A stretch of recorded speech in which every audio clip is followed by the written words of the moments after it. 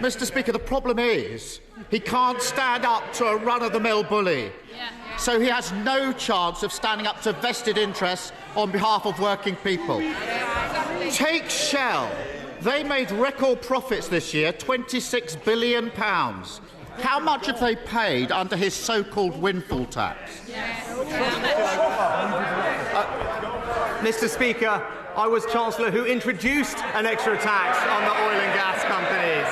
Right, but he talks, Mr. Speaker, he talks about working people. The Right Honourable Member voted against legislation to stop strikes disrupting working people. He voted against legislation to stop extremist protesters disrupting working people. That's because he's not on the side of working people, Mr. Speaker. That's what the Conservatives are for.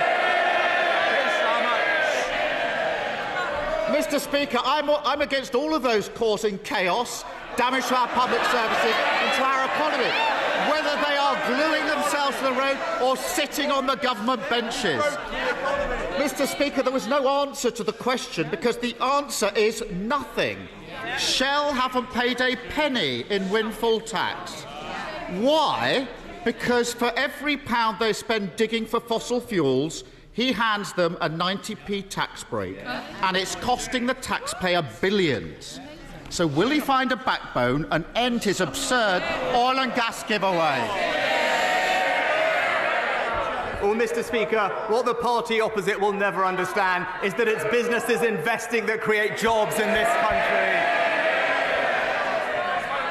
Mr. Speaker, we on this side of the House, we understand that. We will support businesses to invest, to create jobs, because that's how we create prosperity, that's how we support strong public services, and that's what you get with a Conservative government. Keir Starmer. There's only one party that crashed the economy, and they're all sitting there. It's a pattern. Mr. Speaker, it's a pattern with this Prime Minister. Too weak to sack the security threat sat around the Cabinet table. Too weak to take part in a leadership contest after he lost the first one.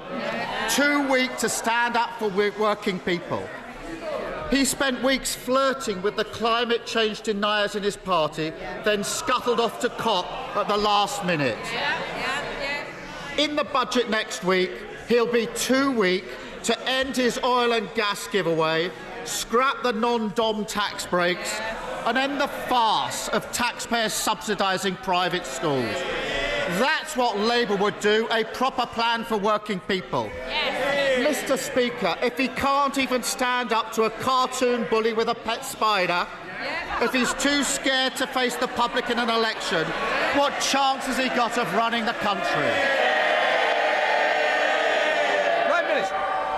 Mr. Speaker. We won't. We want to try and get through on time, and I know some members want to catch my eye. They're not doing a good job so far. Come on, Prime Minister. Mr. Speaker, the honourable gentleman talks about judgment about putting people around the Cabinet table. I would just gently remind him he thought the member for Islington North was the right person to look after our security.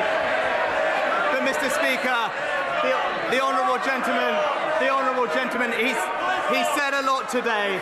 He said a lot today, but it's clear that he isn't focused on the serious issues that are confronting our country. We're strengthening our economy. He's backing the strikers. We're supporting people with energy bills. He's supporting the protesters. And we're tackling illegal migration. He's opposing every measure. The British people want real leadership on the serious global challenges we face, and that's what they'll get from this government.